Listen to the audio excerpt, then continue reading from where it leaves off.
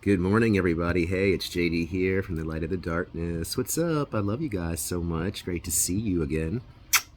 Yeah. So, my really great friend, and might I say, too, like someone that is such a great partner in my business that really assists me on my website, that really assists me um, in therapy too, which is absolutely wonderful and amazing. I'm going to be starting deep listening with Friarpesel here this week, and that is something too that you will be able to connect with him through. Um, that will be featured on my website at jdtemple.info. The information to link up with him will be on there very soon. You can go directly to him and work with him there. Um, After you've done that with him, he may be willing to offer magical services to you, but that will be at his discretion. He has introduced to me some really amazing people. Amazing people. You can go check out Abby and Niki Tenn and Friarpesel both over at the channel Sumerian Astrology here on YouTube. Give that a follow. Check it out. Amazing information. Beautiful people. Kind people. Very knowledgeable people. I want to thank Niki Tenn personally. She was so kind and so gracious to do a sidereal chart, astrology chart for me, natal chart for me, so that I could really finally understand the truth of who and what I am. And I'm going to share that with you here today. You can get your very own astrology chart, natal chart, read, created, and interpreted by the extremely talented, extremely kind, and extremely loving Niki Tenn. Look for her contact information. You can email her directly to book your chart with her. She will go over it with you just like she has here. I'm going to share this very personal and intimate information about who and what I am here in this incarnation, this go round. I hope that you give it a listen. I hope that you know that this is something that is near and dear and precious to me, as are all of you. And as such, I am willing to share these things with you. So I hope that you watch it. I hope that you enjoy it. I would really love to hear your feedback in the comments below. As always, have a great day today. It's going to be snowing and icing here all day, so hopefully I'm going to be stuck at home and I can get caught up on a lot of things that I need to do. I've got a lot of things to package. I've got rituals to do. I've got office work to take care of too. So many things. So the snow is a blessing. Haha, yeah, and it's no coincidence either. Came at the right time. I wonder how. Magic is amazing.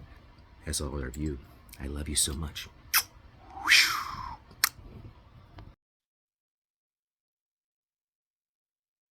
All right, looks like I'm recording. Hey, JD. I'm Nikki. I am your 13 sign astrologer. Thank you so much for letting me do this reading for you too. Friar is a really good friend, and he had been talking about your live streams and the stuff that you were going through. And I was like, oh my God, I swear that's like a fucking Pluto function, and some of the stuff, you'd been going through like Saturn, and I was like, Jesus, can I just see like what the fuck his chart looks like? Because I have to know, you know. I'm nosy, sorry. But I was like, I swear to God, it's this function, it's that. So yeah, here we are. Actually, I'm super grateful and I'm super thankful that you would trust me enough to let me talk about your chart. So true sidereal 13 sign astrology, it's totally astronomical astrology. It's taking astronomy and astrology and just marrying it. That's the way it used to be. I don't know how they broke up, but shit got weird. It's probably the church got between them. I don't fucking know, but somehow along the way, everybody got a little lost. I studied tropical astrology for a really long time, and I only felt that the feedback was, and the feedback that I was getting too was like half true. So I'm a lot like you in the boat of one of the last cycles of your karmic lives here. Doesn't mean that you're done with Earth life after this. You're just wrapping up a really important karmic cycle. You're also, well, okay, and I'll get a little bit deeper into that, because you are going to already know that you're in this weird karmic fucking cycle, this weird karmic ending place. And it's stressful because it's like, I know you. Like, you run into people that you just swear to God, you know.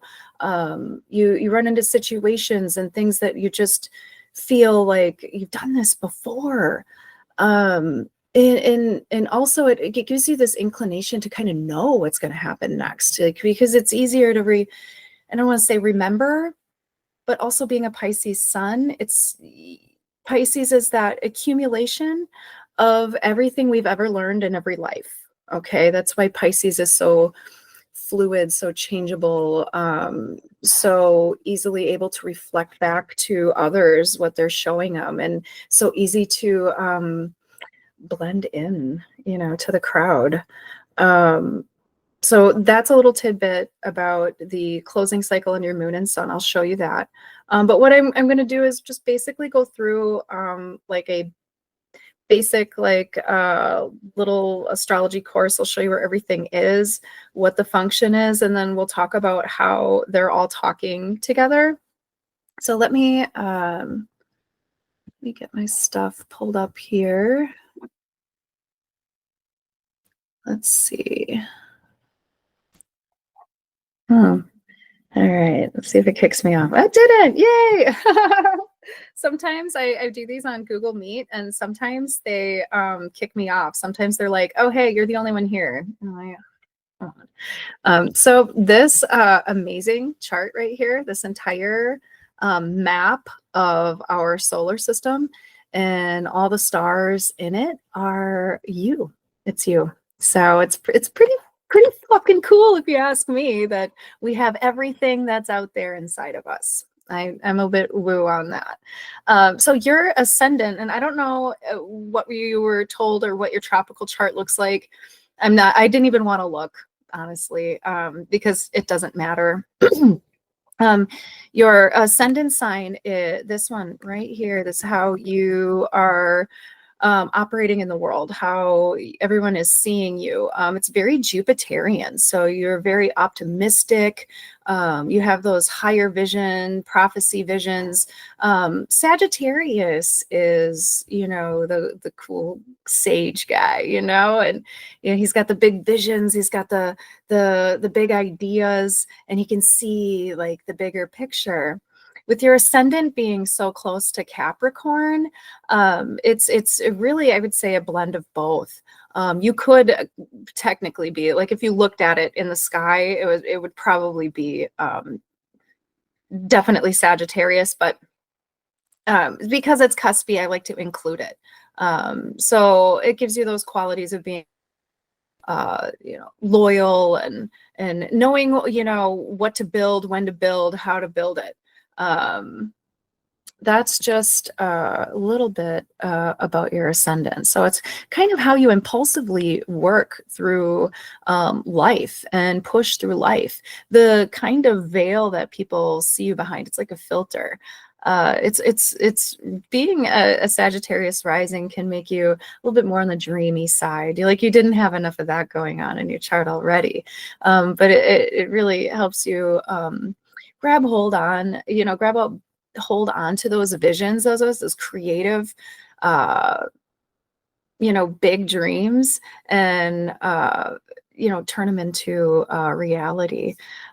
So we have the ascendant and then the descendant. So that's how the type of people and how you work with others. And being in Cancer, it can often reflect working with people who are much into their own inner worlds, secrets, and emotions and lots of, oh God, lots of intensity. Cancer is can be closed off. So at times it can feel like, I don't know, it's like sometimes the people that you encounter are, it may feel like they're hiding something from you. Can't, that's just the shadow side of it. Otherwise it can also manifest as something that, you meet people a lot that are very karmic in nature, very much a sort of repeat of the past. And I'm only saying that because of South Node moon stuff. This right here, your descendant is right on that edge of Cancer. It's actually right in between Cancer and Gemini. And I would say that's also a very cuspy, area. So working with people who,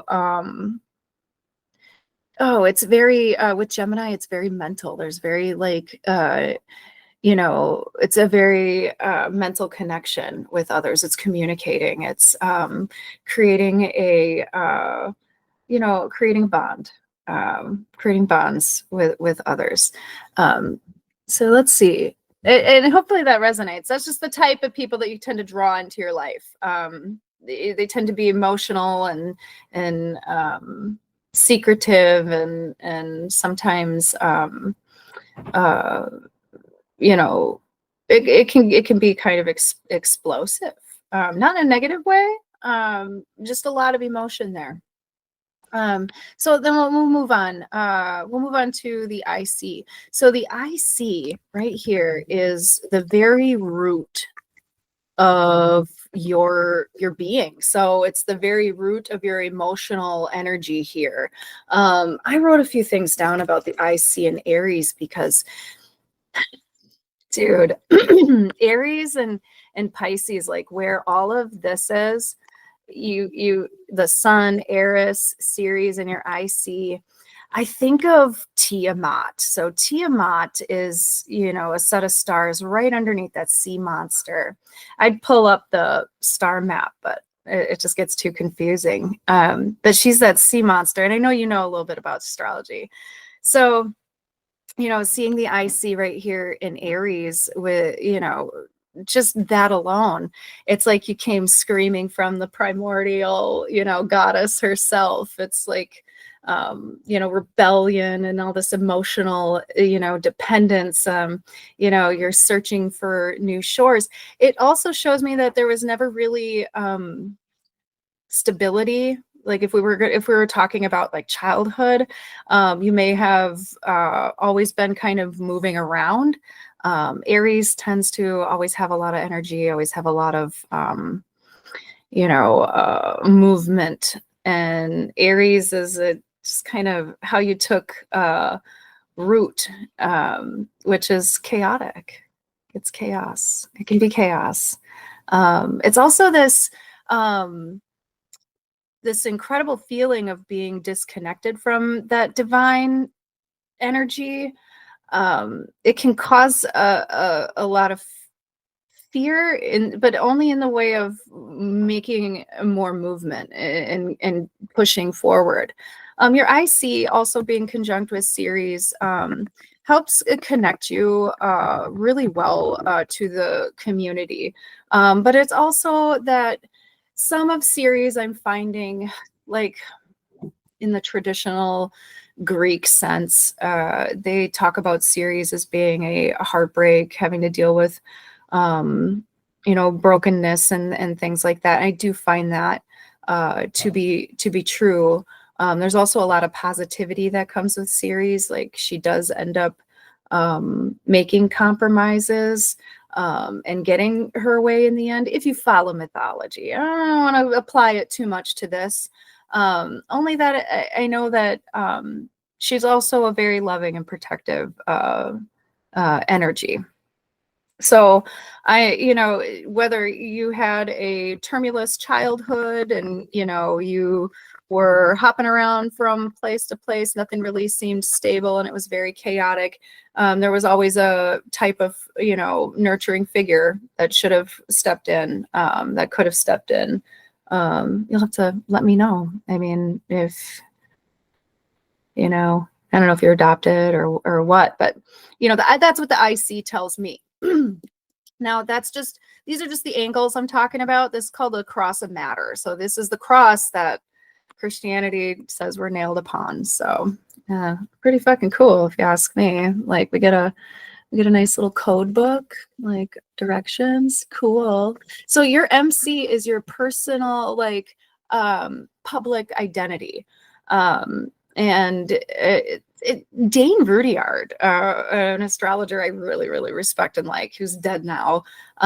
It sucks because I can't ask him any questions, but he said that the MC is the point in the chart that is our destiny. It's like our destiny point. It's not the North Node. It's not the, ascendant, it is the MC. And I don't know how much I agree with that, but your MC is really, really cool. So, your MC is conjunct Uranus, and Uranus is a very Promethean energy, okay? Very rebellious, very much like, I want freedom from conformity. I need the freedom to not conform to what everybody else is doing. With it being, in Libra, there's an inclination to definitely work with other people.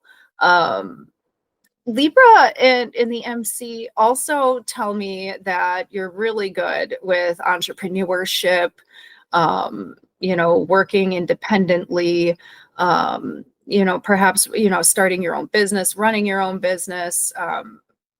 Also, when it comes to Libra, there's stock market stuff too. So there's a lot going on there. So your Uranus being conjunct your MC right here in that 11th house. I mean, we can, not looking at the house at all, it's showing me that you make money through different channels. You have an incredibly diverse mind, so it's constantly running. You constantly have the 10 million fucking tabs open, and a lot of it isn't about, like, I mean, yeah, resources and how to make money and how to balance out your relationships and, how to, God, do a lot with groups and working with different people. It also shows just like a non-traditional career path, which there's nothing wrong with that at all. It's pretty cool. You got some pretty cool conjunctions. Also, I did. Yeah. Oh, did I say that? Okay. So the descendant too, as it's leaning into Gemini here, it's also going to be about like building, a brotherhood, a community. The Gemini Cancer cusp. It's not just about this like inner order. It's also about building a community. That was one thing I had written down that I didn't see. Let's see. To keep notes because you got a super active chart. So all right, so those are the angles. That's the cross. That's what's going on. You got a lot of other things going on. So we'll start with your sun being in Pisces. Again, with your IC being where you're like rooted from, where you come from. I love seeing the sun with Eris here. So Eris is the goddess of discord. And the only reason I'm using this asteroid, and I don't use many asteroids, is because she is a higher octave of Pluto. And you have Pluto in opposition with your sun and technically in opposition with Eris. So what does that mean? The sun being in Pisces makes you incredibly empathetic, sympathetic, psychic, just psychic. You can get a lot of visions and illuminate on a lot of different truths, a lot of different things. But what Eris is doing is she's really ripping the fucking veils off. Like, and if you've ever listened to any of her mythologies, what she does is she creates situations where the I don't want to call them her victims, but the people don't um they go off on their own. They're not in check with reality, and Eris helps rip those veils off really quick. So she's exposes a lot of the things that are wrong, a lot of truths. You probably can see through a lot of the bullshit. Is what I'm getting at. Also, it kind of attracts a lot of chaos too in your life.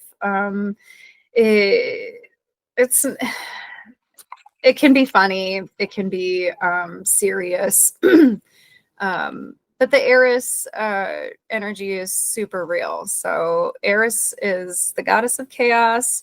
Her main story is that she didn't get invited to the party.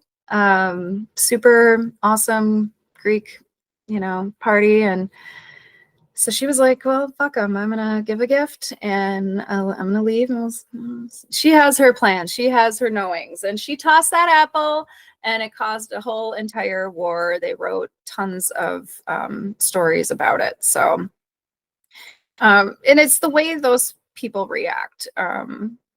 Like, I'm the most beautiful. I'm the most beautiful. She keeps almost our ego in check too. She's somebody that I would research if I were you, because she is so closely tied in with your sun.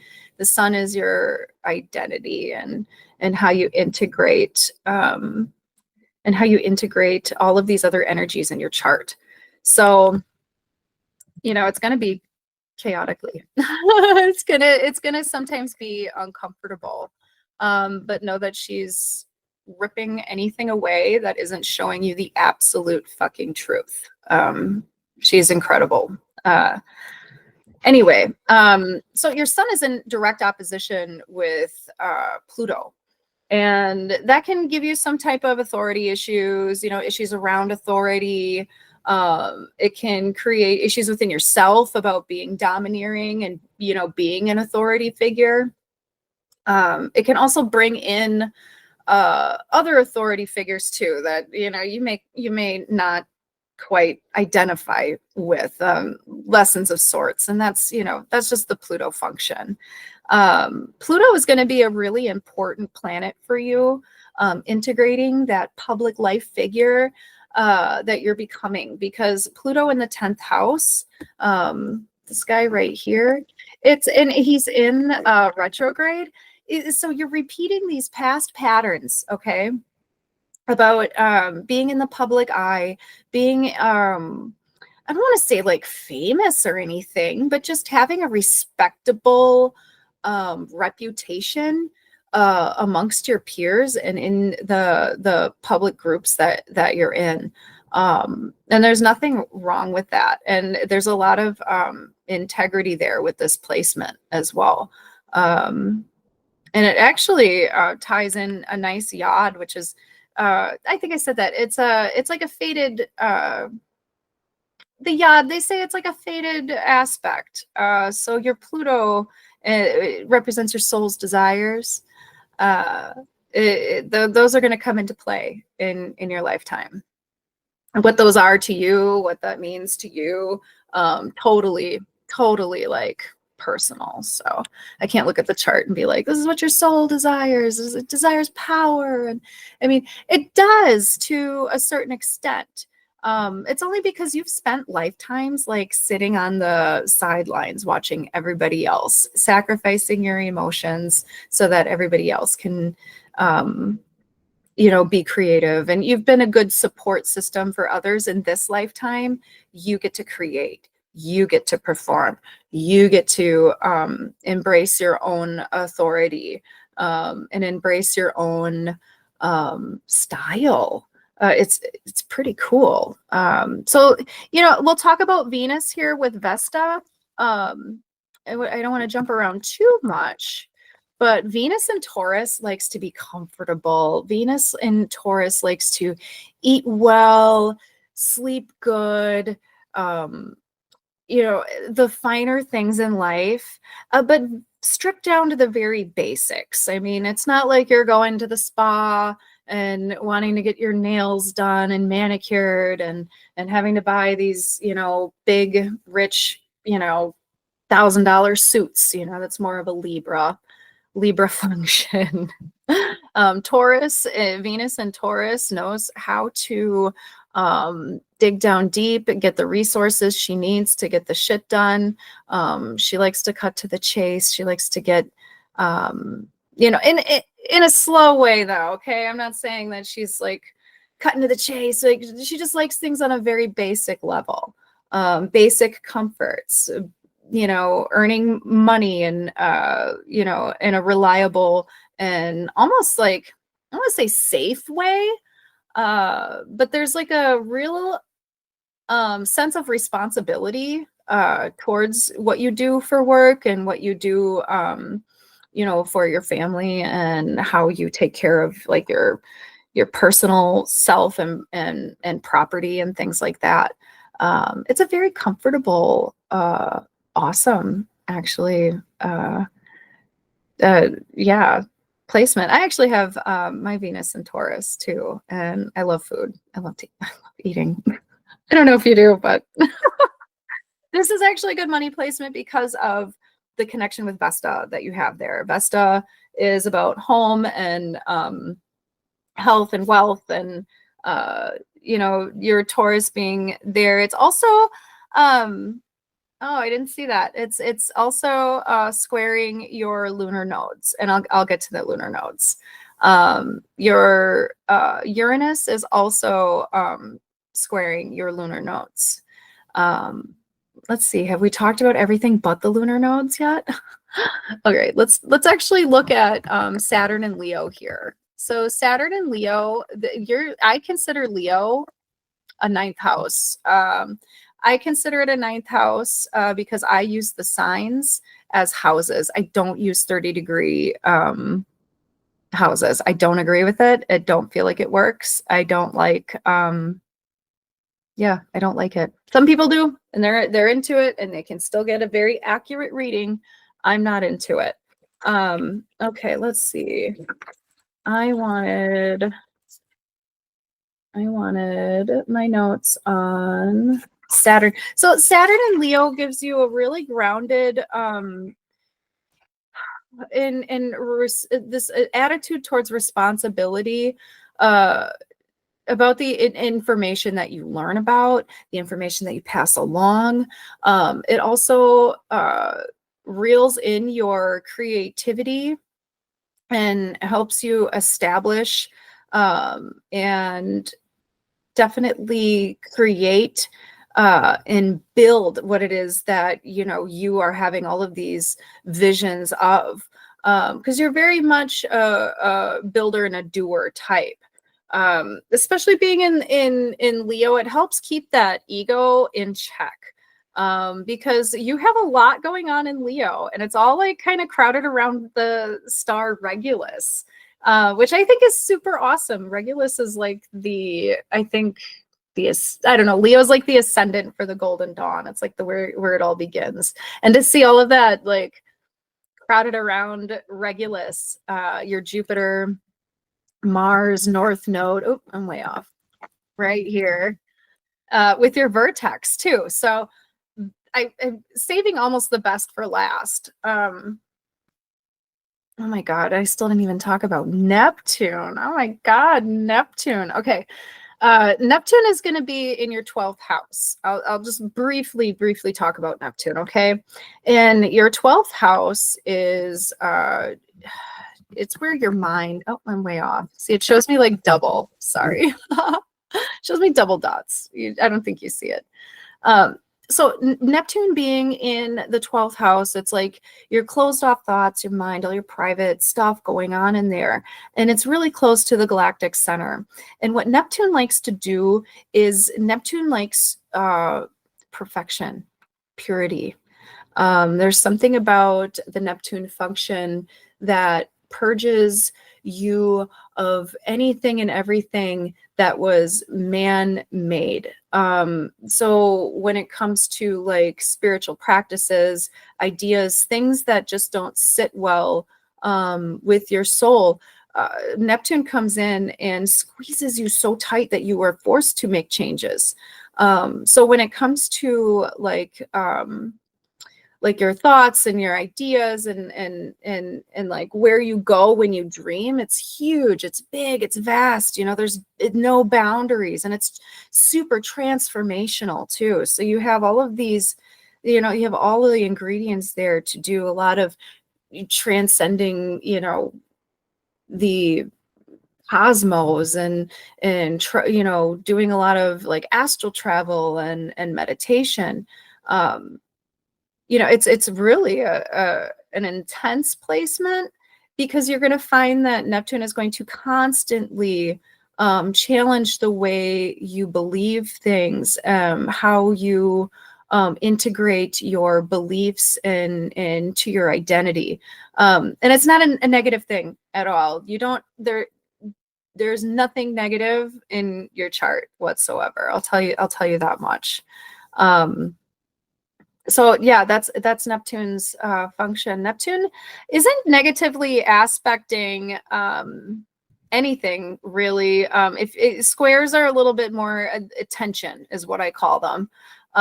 And your Neptune is squaring your lot of fortune and your Mercury. So your Mercury is also in Pisces, conjunct your lot of fortune. Lot of fortune is where astrologers say your luck lives.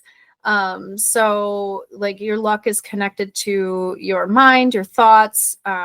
It's grounded in opposition with Saturn. Neptune, or I'm sorry, Pisces has a way of taking our thoughts and pulling them apart and kind of confusing us. That set of stars can feel like it's spun you around in circles and let you go, and then you're just like, oh, I know where I'm at, and you get a little wobbly. That can happen there sometimes. Now with that Saturn opposition, it can also create this like somberness, you know, where you can get really serious about stuff. That opposition is one that I'm sure you've taken a lot of time to integrate. It can Saturn, well, Saturn's been working you over, and I'll show you in your transits. He's actually going to be making a conjunction soon to your Mercury, and he'll be in your Saturn opposition. So it may feel a little tense the next few months, especially going into this next month, but only because there's opportunity there. Let's see, is there anything else I wanted to anything else? Let me see. Okay, so let's talk about this karmic placement here. So you have, and it's definitely, you've had some intense stuff. Like you've had an intensely emotional and dynamic life. And your moon is in Aquarius, you know, making you very innovative, very you know, much on the cutting edge of everything. You know, you can see it before it even happens. That's the awesome part about moon being in Aquarius. The thing that sucks about the moon being in an Aquarius is that you're also in tune to like what everybody else, the collective, is doing, the people you're connected to. you know, and that can throw you off balance. It can really fuck your mood up, because you sometimes are putting your entire, sometimes your mood depends on everybody else's mood. And if their mood isn't good, then then you're like, oh no, my mood isn't fucking good. I mean, it can happen. It's conjunct your south node, and south node is an emotional pattern that squeezes things out. So we show up with the south node. It's kind of like our we show up on earth, and that's our bag of tricks. Everything we know about the lives that we've had before sitting in our south node. So south node is very, you know, your south node being in an Aquarius makes you super like able to be analytical. You know, you have like the ability to like tap into, you know, technologies and see like, you know, where future technologies are bringing us. You know, it's also tied into your anti-vertex. So a lot of the people that you encounter, especially, I mean, if we relate the moon to women, it's going to be karmic. It's going to be fated, you know, meant to be. There's a lot of things that you decided you wanted to work through, and boy, you're working. So that's all in direct opposition with the vertex here, and your Jupiter, Mars, and North Node in Leo. Oh my God, this has been the big buildup, because North Node in Leo conjunct. Okay, this is conjunct your Jupiter and your Mars. So Jupiter Mars together already. You know, in Leo. Oh, it's like a huge you know, it's kind of like a really big, like, oh, that's sexual appetite. You know, you can't seem to be, you know, satisfied. You think you may be satisfied, and you think you may have found the thing. But there's always like a boredom to it. And you want to, eventually you realize that like there's nothing there and you have to move on. It's a difficult situation for you, only because those lessons are always going to be about your Jupiter and your Mars. Let's talk about them a little bit, you know. Hold on, let me find my notes on that. I might have left that in the other room. Well, we are just gonna go get it, aren't we? I hope you're having a good day. I am having a good day. I'm moving, so I am, yeah, pushing everything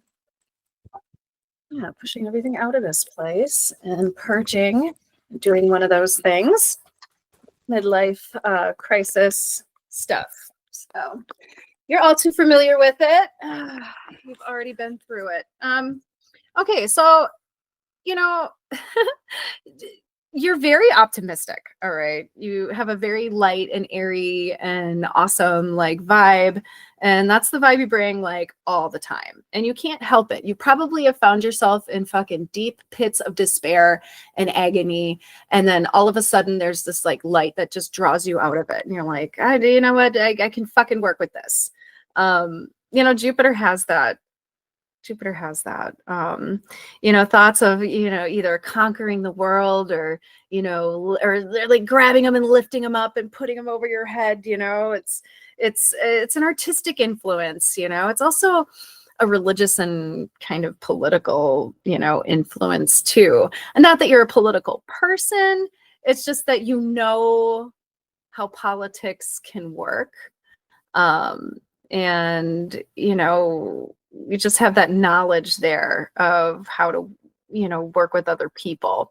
It could have come from, you know, past lives, especially because you have, you know, all of these retrograde planets. I mean, retrogrades tell me that you're just redoing.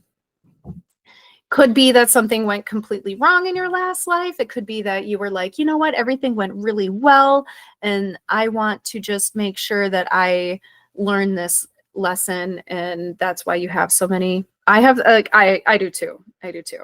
That's why I'm like, oh my God, this is so relatable. Like, yeah. That's why I was like, I gotta do this fucking chart, man. I gotta tell this guy I'm in it too. I know what you're doing. I know what you're going through. So okay, so Mars in being connected to the North Node, it's, you know, your heart kind of becomes your guide. You know, Jupiter has all of this wisdom and knowledge that you've accumulated over time, and then Mars, you know, really just wants you to trust your heart, trust where it's guiding you. You know, these are kind of a natural born leader aspects. These are also like aspects that, you know, are very inclined to, you know, not be dramatic, but there can be times where drama kind of takes over, and the emotions become too much. A lot of that has to do with, you know, Uranus squaring this Uranus square. So, you know, I told you he's got that Promethean energy. Well, he's also the higher octave of Mercury. So he's going to keep you busy. You know, there's going to be constant movement, constant stuff going on within your mind and your emotions. And that's not a negative thing. Like, it can be when you're like, oh my God, I haven't fucking slept in days. Like, my mind keeps going. You know, it's relying on that grounding Venus energy to say, you know when to be like, okay, my mind is taking me where I don't need to go right now. I need to get grounded. And usually that has something to do with like taking a bath, or, you know, putting your bare feet on the ground, you know, deep breaths, meditation, getting back in touch with nature. That's going to be the relief that you're looking for when it comes to that crazy mind. And it doesn't always play out that way. We all got to work. We all got to pay our bills. We all got to do shit. Like, you don't always have time to go lay down in the dirt and like cover yourself up, you know, with it. But, you know, that's one of the better ways to deal with a lot of mental activity. Let's see. So there was a little something in here that I wanted to bring up too. I had, so, you know, the purpose of all of that going on in Leo is for you to develop a sense of self, a sense of ego, to really discover who it is you are inside. Because it's you've had lifetimes where it's been about other people. This time it's about creating a self that you don't want to run away from, a self that you're proud of, a self that is completely and utterly authentic, that you've created, that is essentially you. And there's, okay, so there can be accusations, you know, that Leo is, you know, selfish, and those, there's those negatives about Leo, but there's a necessity there to being selfish. If you don't choose you, who else will? Okay. It's one of those things where, obviously, I'm not telling you go be a dickhead, you know, go be mean to somebody, or, you know, it's nothing like that. It's about following your heart and following that true path that you envision, and staying true to it, and not sacrificing yourself so other people can be happy, not becoming what others need so that they can be comfortable. You end up sacrificing your own identity. You end up sacrificing yourself. You know, it's really cool. I read, talking about identity, I mean, I read in a blurb in a book somewhere that Pisces, suns, because we're so fluid, because we're so like enmeshed in everything, and we tend to live our lives out as our mistaken as our ascendant signs. You know, because that's what our sun is reflecting back to it. It's something along those lines. And I watched one of your posts or live streams, and I was like, that's so Jupiter. He's got that optimism and like I love that. Like it's totally your ascendant. So and totally that Jupiter North Node Mars. Like you got the energy, you got it.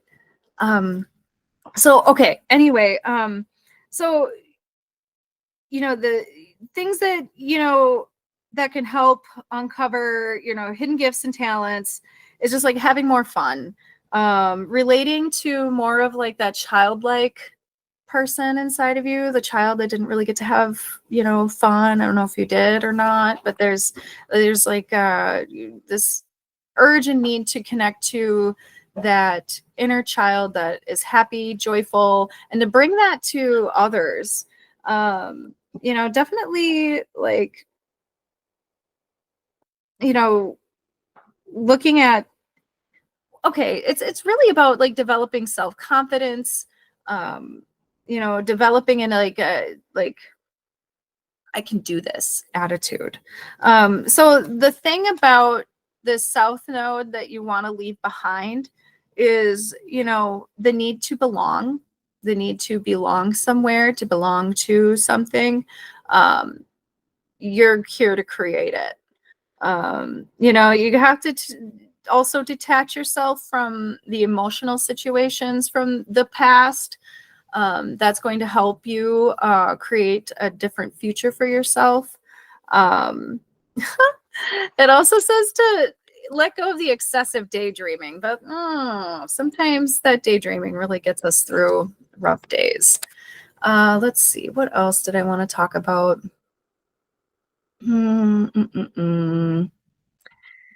Oh, what else was there? Okay, we had the nodes. We had all of that. There was something else I was missing, I thought. I was like, ooh, I gotta make sure I talk about that.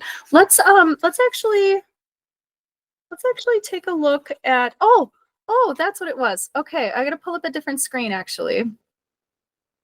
So before I move on, I want to show you your moon is in a closing aspect with the sun.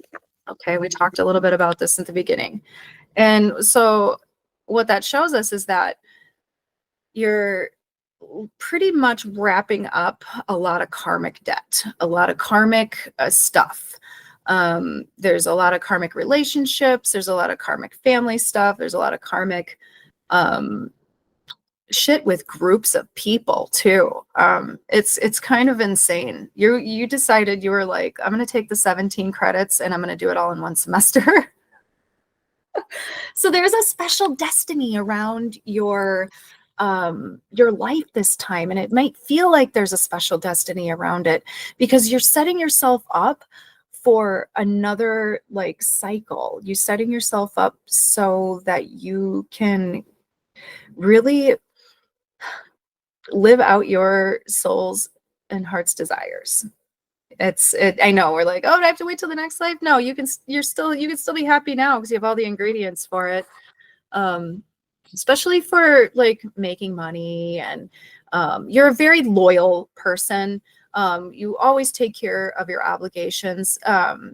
With all that going on in Leo, you would almost be mistaken for a Leo, actually. You even got the like lion's mane and everything. So yeah.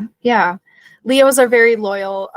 They're very nice. They'll take care of anything, anybody, really. I mean, I'm not sure if you're a pet person, but I mean, Leo and their pets, I mean, they love their kids. They love their families. So I mean, there's a lot of dedication, a lot of heart there. Okay. Anyway, so we were talking about that closing square. And there was something I wanted to read to you. Hi. Something I wanted to read to you. And let me see if I can find it in my window here. Oh. All right. I wonder if it'll let me. Huh. I wonder why I can't see it.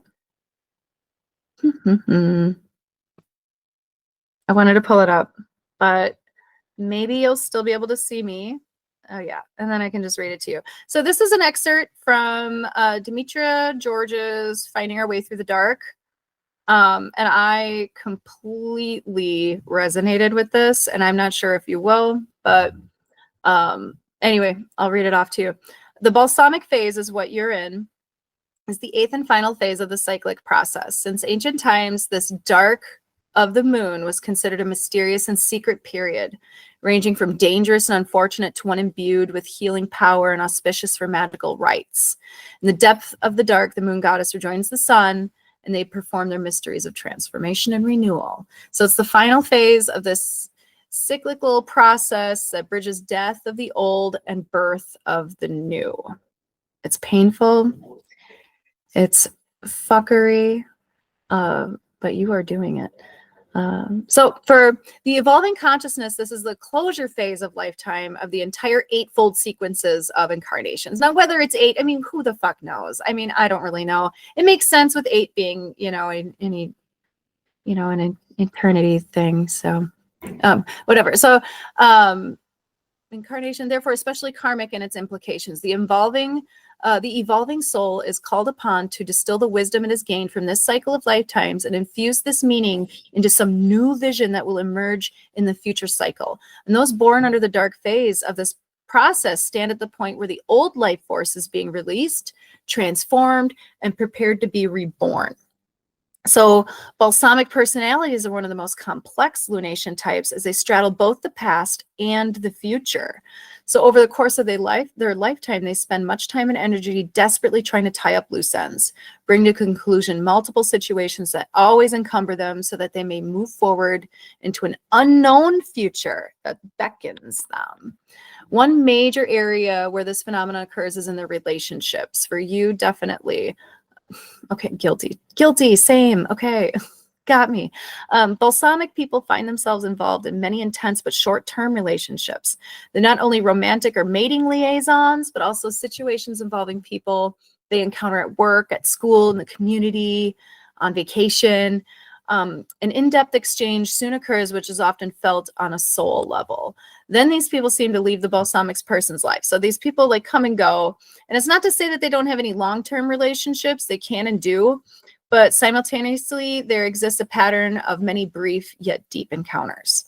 So maybe that resonates. In this lifetime, you're meeting many people from the past with whom you have unfinished karmic business. So your Jupiter being in the North Node is telling me that you've had a lot of teachers come into your life, a lot of people who have come into your life and taught you things right at the moments that you needed it. A lot of divine guidance has come your way. Okay, so during this phase, you're given a chance to reconcile the old differences, bring peace and resolution, and heal broken hearts with those you have loved and hated over lifetimes. You have the opportunity to infuse kindness and acceptance into your relationship patterns that will bloom in the future. So let's see. These relationships are a means to something larger than the relationship itself. They serve a purpose in which these patterns have been working out over a longer span of time, can be resolved and transformed. It's been taken as far as it can within the context of this lifetime. It ends, and the balsamic person, which is you move on to another completion. So born during the dark moon, they're often the black sheeps of their family. Life, as most other people live it, does not have much meaning for them. They rarely grow up to conform to their parents' expectations and aspirations, and at some critical point realize that how they are being raised will not prepare them for the demands of their future. And like the old plant decaying into compost, balsamic people must make a conscious break with or destroy some aspect of their past identity. Thus, balsamic people are often specialists in endings, closures, terminations, finalities, knowing when something is over and time to move on. You probably have a hard time with that.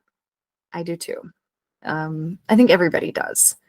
But you have probably had it consistently. Even as youngsters, balsamic people know that there is something off and different. Something different, out of sync about themselves. The sense shows up most during adolescence, when these individuals discover that very few of their peers can relate or understand to what they're thinking or feeling. You are probably extremely deep You were already carrying all of this like knowledge and wisdom from past lives. It was probably really hard to actually connect with other people. It probably became a point in time where you just had to fake it and try to pretend to be like them in order to fit in. And eventually that didn't work either, you know, never usually does. Okay, so let's see. Let's see. It may be with older, more serious people that they have a sense of rapport. It's because balsamic people are visionaries of the zodiac. They're often at least 3 to 5 years ahead of their time. So, you know, when you're having these visions and you're meeting some of these people, and so you're really kind of setting yourself up for future stuff. And you can see what's not going to work. I mean, you really got to trust that. Sometimes the heart doesn't lie. Okay, so they're visionaries. It will take a number of years to catch up with what they've already intued on the cutting edge of the future. You've already envisioned it. So when balsamic people realize that this is the prophetic visionary quality that sets them apart from others, they can begin to release much shame that is built up from trying to conceal the ways in which they're different in order to prevent being ridiculed or rejected. They're a product of their past. Their life purpose moves them toward identifying with a future that most people cannot imagine or relate to. So they're ahead of their time, responding to the responding. Oh, that word isn't correct. So yeah, responding to what is yet to be totally, I don't know who spelled that. I did not spell it like that. So they're here to encode their visions, to seed their ideas, scatter for future generations. It's a transformational experience of this lifetime, which bridges 2 cycles that involves a commitment to living out some new concept of the future within a framework of the present. So there is a special destiny and urgency that there's something important that they must do. They're challenged to affect a mutation in their consciousness, okay, by distilling the pith of their rich life experiences into a seed capsule that will be passed to another, even if it's only one person. I didn't bring this up. Your North Node being in Leo in the 9th house, there's an inclination there for teaching, okay? There's something there for, you know, showing others and teaching others. So how that resonates and how that plays out with you is, you know, to be determined.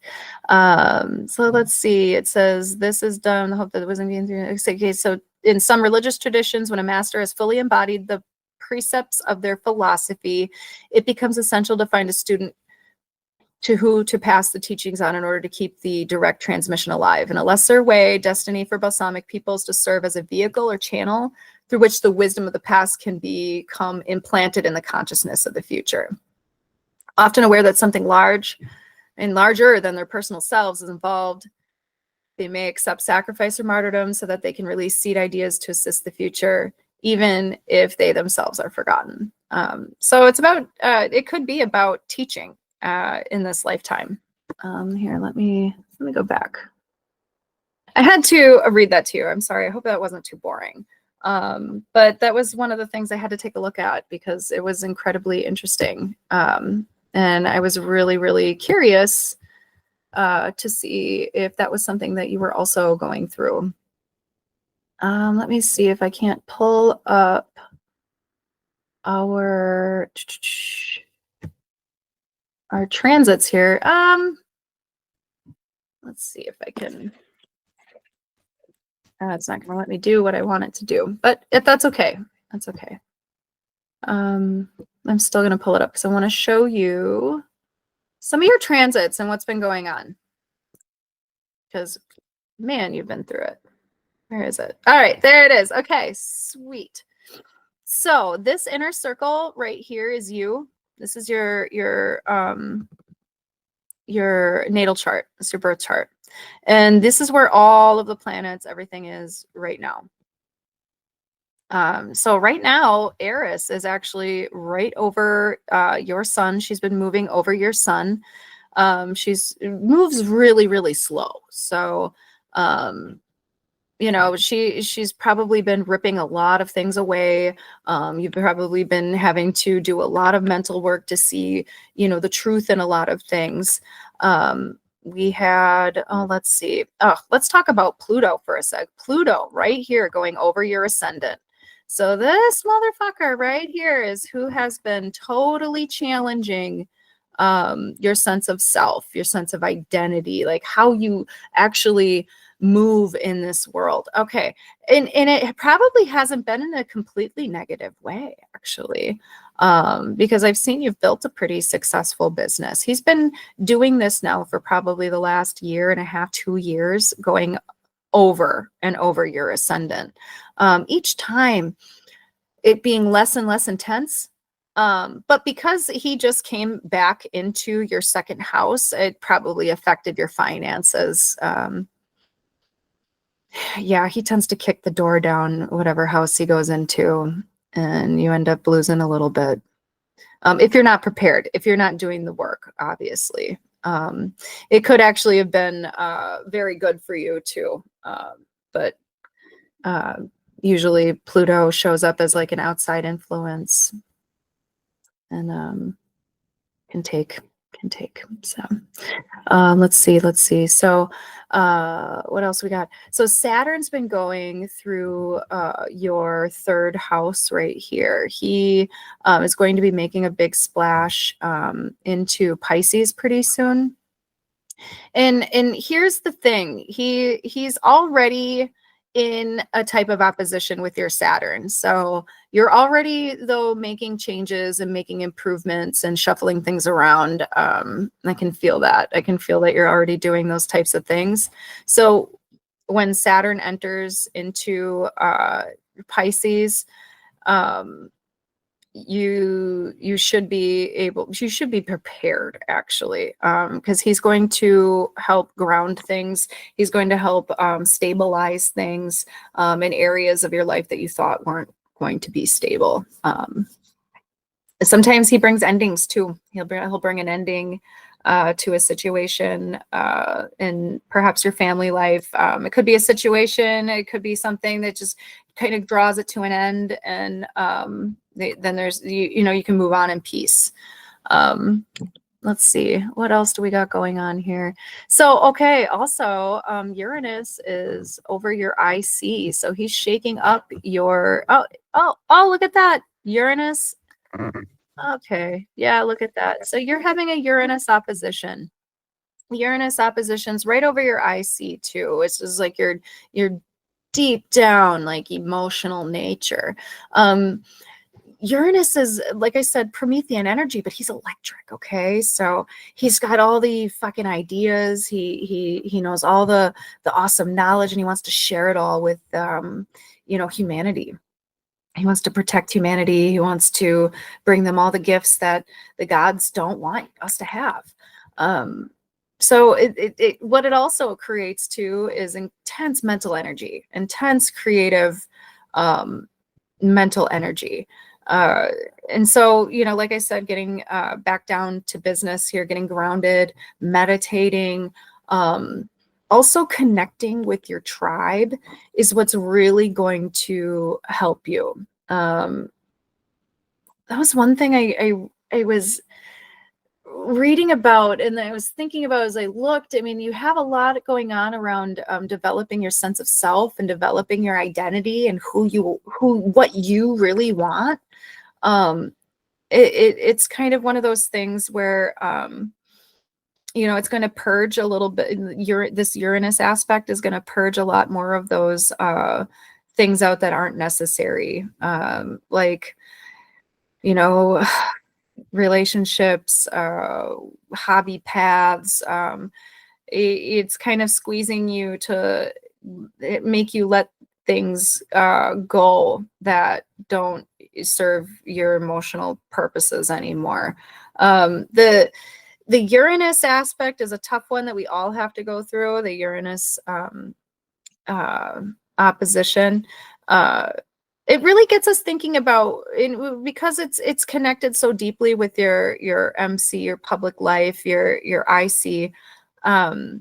This could actually be working in a really favorable way for you too, where you're like having these insights and incredible visions, like incredibly accurate insights too on what it is, you know, you need to do for your life path and where you want to go and how you want to create and the type of groups you want to be in and the type of, you know, community that you want to build and who do you want to collaborate with, because it's about like collaborating too. It's not just a huge like it's all about me thing. You know, like even though you have to leave behind a lot of those Aquarian traits, which is an odd thing to say, because you're only leaving behind the things that just don't serve you anymore. Like, like what I brought up before, like how you will hold yourself back emotionally, so that you make others happy, and then eventually it eats at you and you explode. Because you've made sacrifices, and it's hard to do that when it's not reciprocated. It could be, it could look like that. Yeah. Okay. What else do we got? All right, those are the big guys, the big hitters. Pluto is what really fucked you up the last few years if you hadn't been feeling quite like yourself. Him going over the ascendant can make you feel almost manic sometimes, like, what, you know, it's pushing on that desire to create something, to create, you know, what it is your soul desires. When it sits in the 10th house, it wants stability, it wants to have a, you know, well-standing reputation. Yeah, you got a lot of really cool stuff going on. I want to warn you, you're going to have a reverse nodal return. So this thing is going to come and meet this thing right here. And as that south node goes over your natal Saturn, you may find that you have karmic people come into your life, karmic authority figures, perhaps a teacher, you know, perhaps you know, it has something to do with work as well. Let's see. The nodal return, the reverse nodal return, it's going to feel like the past has come back to haunt you a little bit. And how that shows up for you, you really are going to have to tell me, because I am still learning about transits and how they affect all of us. But you have some intense ones going on.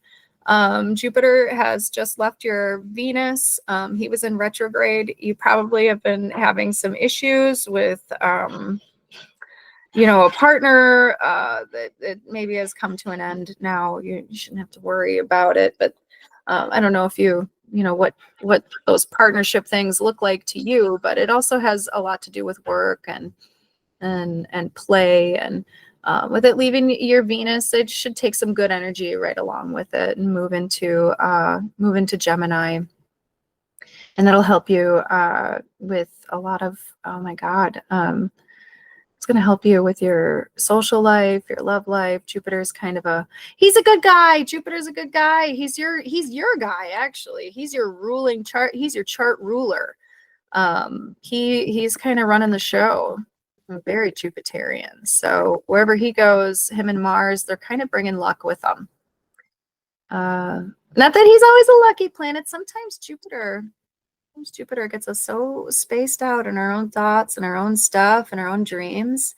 And this has been blamed on Neptune so many times that we fool ourselves into thinking, this is what I believe, this is what and that's the shadow side of Jupiter. And that could be a Jupiterian lesson in that emotional pattern that you have to learn too, as well. It could be. Yeah, you know, I've really rambled on and on and on, and I'd really like to give you a chance to sit down and listen to this, and, you know, just get back to me and give me some feedback. Let me know if any of this resonated with you whatsoever. I really hope that it has. I mean, I don't know you personally, so I can't really say for sure it's, you know, this or that. when it comes to like money and sex and love and all of that. But I really hope that this reading shows you that you were designed this way on purpose. You have a special destiny, and dude, I mean, you're pretty much set up for success. I mean, especially with Jupiter there, you're going to have to get your emotional nature under control. You're going to have to get more into a grounded practice, because I know you're into chaos magic, you're into a lot of different stuff. I am too. I'm into that stuff, but I don't do it all the time, because it throws me the fuck off balance. I get all sorts of fucking wackadoodle when I get into a lot of my spirit stuff, and if I'm not in my proper grounded like way, then I can't really get my manifesting on. Oh, did I talk to you about this right here? That lot of joy right here. That's connected to your Mercury. It's a really lucky aspect. And if you do get into astrology, if you do get into anything like this and you start following your charts, which I highly recommend, especially if you're doing ritual work, align it to the stars, and you are going to that's going to, I think, be the difference. Because yeah, you can do rituals anytime. It doesn't matter. But if you plan a special ritual and it is like designed around the fucking astronomical like energies, and like it can be powerful. And that's what they used to do until, the fucking church fucked it up. And they're like, let's go in and kill everybody who knows anything about anything. So well, this is so much fun. Here, let me stop sharing. Thank you so much for letting me do this. I actually put together quite a more professional reading when I do these videos. But I don't know. I hope this was a good reading, and I hope that it means something to you. I hope that you can take away like something that, where you can feel like, you got some healing out of it. You got something out of it that makes a lot of sense. How your special destiny plays out in this life is going to be completely up to you. You know your life, everything about the direction it is you want to go. Astrology can just show you the energies and the potentialities. I've nenever been able to look at a chart and be like, oh yeah, you're gonna strike it rich and win the lottery and da da da. And I wish. But if this helped you at all, like just let me know. I mean, yeah, I'm gonna say, give me a thumbs up on the live stream or something. Just let me know. Otherwise, send me an email back, and just if you have any questions, let me know what they are. I appreciate hearing back from you anyway. So, all right. Thank you so much. I appreciate you, and I hope that you have a wonderful rest of your week, and I hope to actually see you on the show one of these days. All right. Take care, JD.